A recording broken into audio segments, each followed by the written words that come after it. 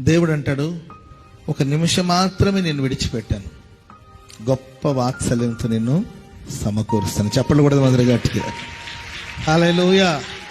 ఎప్పుడైనా మీకు అనిపించవచ్చు, దేవుడు నన్ను విడిచిపెట్టాడేమో, దేవుడు నన్ను మర్చిపోయాడేమో, దేవుడు లేడేమో, దేవుడు ఉంటే ఎందుకు ఇలా జరుగుతుంది మనకు అనిపించవచ్చు. కానీ ఆయన ఒకవేళ మనల్ని విసర్జించిన, విడిచిపెట్టిన ఒక నిమిషమే అది.